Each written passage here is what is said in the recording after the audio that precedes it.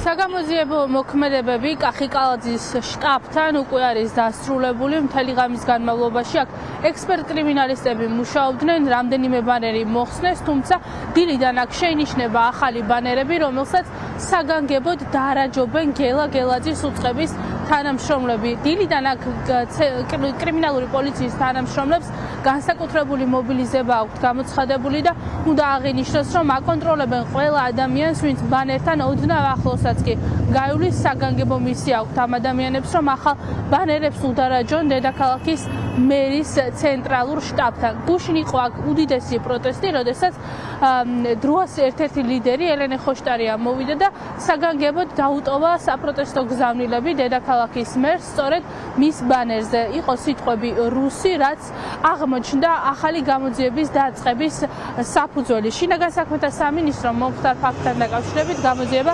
197 მუხლით დაიწყო, რაც ნივთის დაზიანებას ან განადგურებას გულისხმობს. სწორედ ამის გამო მთელი ღამის განმავლობაში იყო აქ საგამოძიებო მოქმედებები, თუმცა ჯერჯერობით უცნობია დაადებენ თუ არა ხელბორკილებს ელენე ხოშტარიას სიტყვა რუსის ბანერზე დაწერის გამო.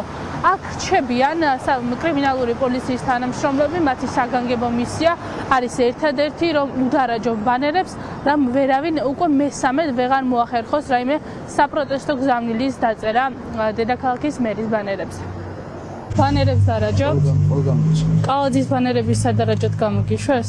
გასრულებს სამსახურეები, მოვალეობს უსავს საზოგადოებრივ წესრიგს, სხვა მეტი არ აქვს. იმარგოს ბატონო, საზოგადოებრივ წესრიგს მიმითითეთ მათ შორის. ნუ არ მითქვა რომ ვინმე არ ყავს. მე უბრალოდ ჩემს სამსახურს ვასრულებ. ვიცავ საზოგადოებრივ წესრიგს ყველგან. სამსახურიდან რომ გამოგიშვეს დღეს, აი მელიქიშვილის განძერზე რა გითხრეს, რომ მიდით და კალაძის ბანერებს უდარაჯეთო? არა, შეც არაფერი არ აქვს. თქვენინებით გადაწყობათ აქ მე ვასრულებ სამსახურეობრივ მოვალეობას. გასული სამსახურეობრივ მოვალეობას. ვიცავ საზოგადოებრივ წესრიგს და უსაფრთხოებას. უსაფრთხოებას სხვა ადგილებზე რატომ არის? იცავ. შეგვიძლია ახლა ჩვენ ერთად ჩავიაროთ ეს ქუჩა, სადაც არც ერთი კრიმინალური პოლიციის თანამშრომელი არ ბატონო, ჩაიერეს. არა, ერთად ჩავიაროთ. თქვენ აქ ბანერების სადარაჯოდ გამოგიშვეს?